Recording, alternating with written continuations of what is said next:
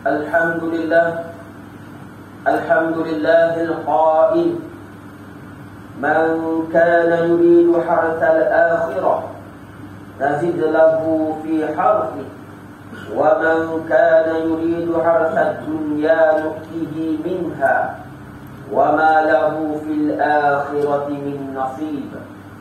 Ashhadu an la ilaha illallah wahdahu la syarika lah, wa ashhadu anna Muhammadan abduhu wa rasuluh.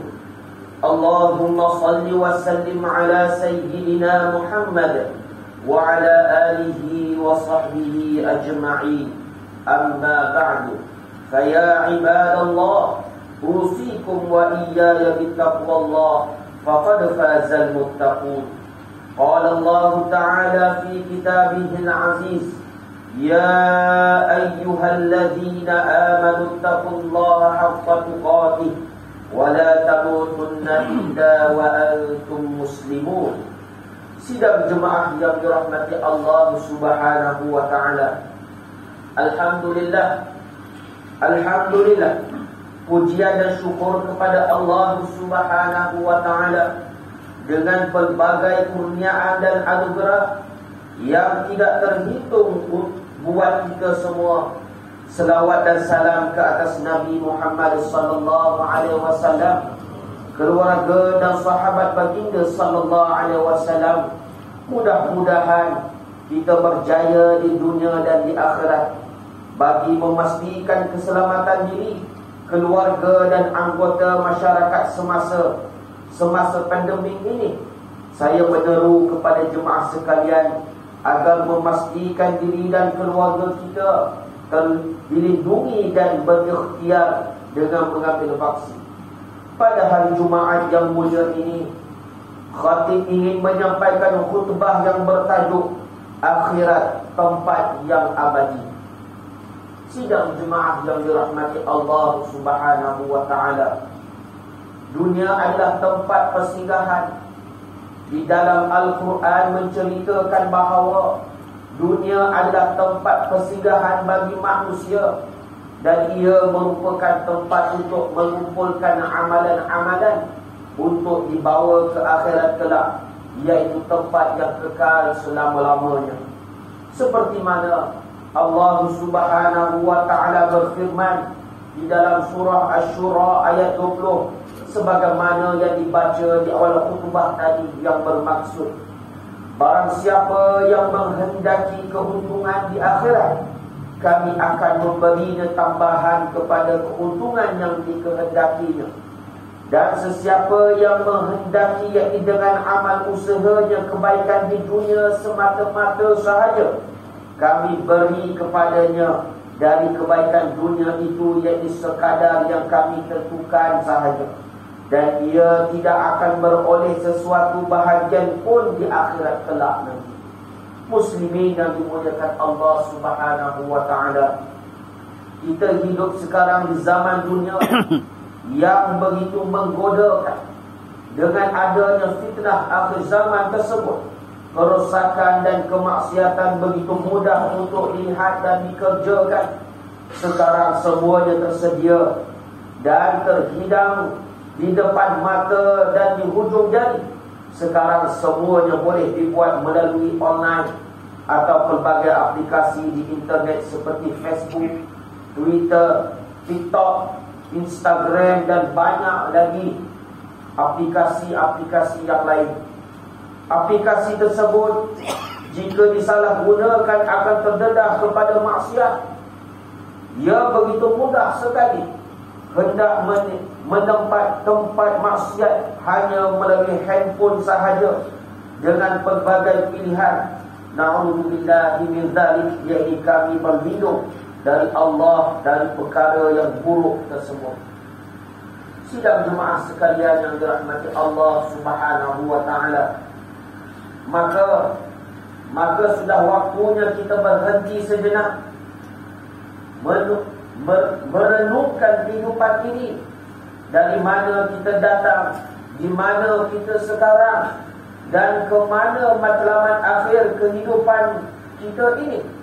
Jangan sampai malaikat Israel datang mencabut nyawa kita, di ketika itu sudah terlambat dan Allah Subhanahu wa taala tidak akan menerima penyesalan dan taubat kita ketika itu.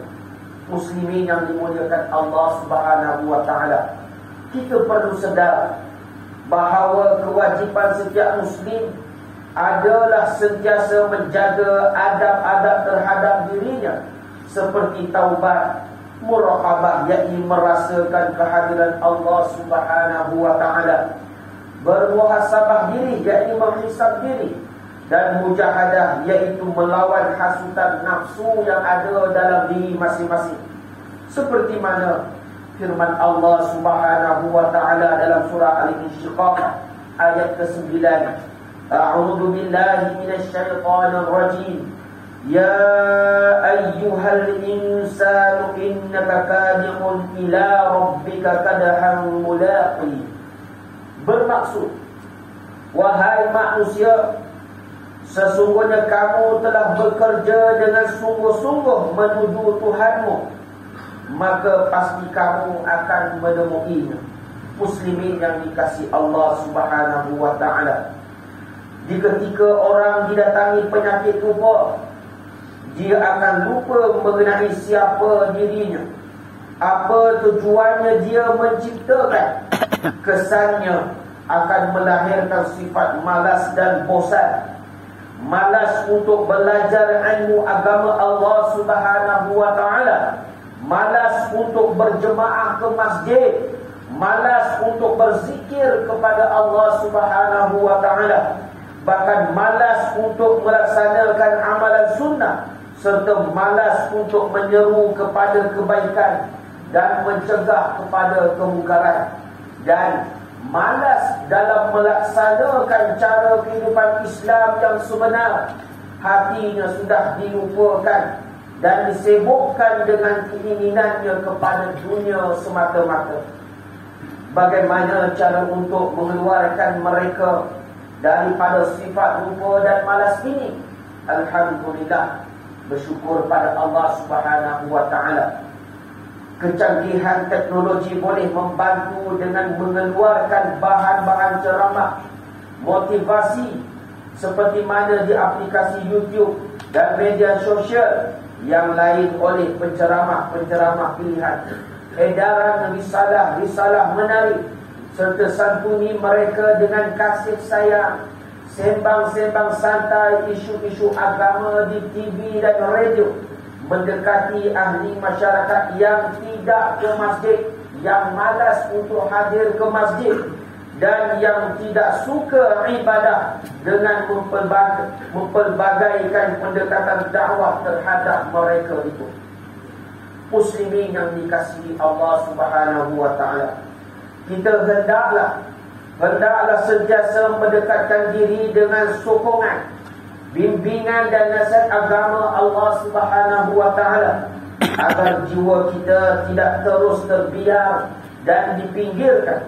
Bahkan apabila kita faham apakah tujuan kita dihidupkan atas muka bumi ini, pasti kita akan tersedar dan sabar melaksanakan setiap apa yang diperintahkan Allah Subhanahu wa taala. Kerana itu, kita sudah memahami apa tujuan kita dihidupkan, iaitu seperti mana firman Allah Subhanahu wa taala dalam surah Az-Zariyat ayat 56, 57 dan 58 yang berbunyi, A'udzu billahi minasy syaithanir rajim. Wa ma khalaqatul jinna wal insa illa liya'budun. Ma uridu minhum min rizqin wa ma uridu an yut'imun. Innallaha huwar razzaq dzul quwwatil matin. Shadaqallahul azim. Maksudnya, dan aku yakni Allah Subhanahu wa taala tidak menciptakan jin manusia dan manusia melainkan supaya mereka mengabdikan kepada Allah Subhanahu wa taala. Allah Subhanahu wa taala tidak menghendaki rezeki sedikit pun dari mereka, dan Allah Subhanahu wa taala tidak menghendaki supaya mereka memberi Allah makan. Sesungguhnya Allah sendirilah, dialah yang maha pemberi rezeki, dan mempunyai kekuatan lagi sangat perkasa. Muslimin yang dikasihi Allah Subhanahu wa taala, kejayaan seseorang tidak hanya diukur dengan nilaian kebendaan, melainkan lebih kepada balasan daripada Allah Subhanahu wa taala di akhirat kelak. Seperti mana Imam Ibnu Al-Qayyim Al-Jauziyah rahimahullah taala berkata, orang mencintai dunia atau harta yang secara berlebih-lebihan tidak akan terlepas dari 3 kerosakan dan penderitaan itu, iaitu yang pertama, kekalutan fikiran yang tidak pernah hilang. Yang kedua, keletihan yang berpanjangan. Dan yang ketiga, penyesalan yang tiada akhirnya. Silakanlah berjuang menegakkan kebenaran, menegakkan iaitu mencari ilmu, bekerja, mencari rezeki, mengumpulkan harta, tetapi mestilah tetap semuanya untuk di akhirat kelak. Ketika keinginan kita lebih kepada mendapat redha Allah Subhanahu wa taala dan kejayaan di akhirat, kebahagiaan di dunia akan mengikut serta. Seperti kalian akan mendapat harta yang barakah, anak-anak dan keluarga yang soleh dan solehah, serta berilmu, rumah tangga yang sakinah, yang sejahtera, yang harmoni, yang baik, mawaddah dan penuh dengan rahmat Allah Subhanahu wa taala, insya-Allah. Menjelang ketibaan tahun 2022 ini, perkuatkanlah azam kita untuk berusaha lebih gigih untuk mencari rezeki yang halal, rezeki yang baik, mengasihi diri dengan akhlak yang terpuji, memperolehi ilmu yang bermanfaat, melaksanakan amalan ibadah yang diterima, dan apabila kita kembali ke alam akhirat, kita dalam naungan keredaan Allah Subhanahu wa taala. Firman Allah Subhanahu wa taala dalam surah Al-Qasas ayat 7-7 yang berbunyi, dan carilah pada apa yang telah dianugerahkan Allah Subhanahu wa taala kepadamu, yakni kebahagiaan negeri akhirat, dan janganlah kamu melupakan bahagianmu dari kenikmatan dunia ini, dan berbuat baiklah kepada orang lain sebagaimana Allah Subhanahu wa taala telah berbuat baik kepadamu, dan janganlah kamu berbuat kerosakan di muka bumi ini. Sesungguhnya Allah Subhanahu wa taala tidak menyukai orang-orang yang berbuat kerosakan atas muka bumi ini. A'udzu billahi minasyaitonir rajim. Wabtagh fima ataka Allahu ad-daral akhirah wa la tansa nasibaka minad dunya wa ahsin kama ahsana Allahu ilaik wa la tabghil fasada fil ard innallaha la yuhibbul mufsidin. Shadaqallahu al-'azim. Barakallahu li wa lakum bil Qur'anil 'azim wa nafa'ani wa iyyakum bima fihi minal ayati wa dzikril hakim wa taqabbala minni wa minkum tilawatahu innahu huwas sami'ul 'alim. Aqulu qawli hadza wa astaghfirullahal 'azim li wa lakum wa lisa'iril muslimina wal muslimat wal mu'minina wal mu'minat al-ahya'i minhum wal amwat fastaghfiruhu innahu huwal ghafurur rahim.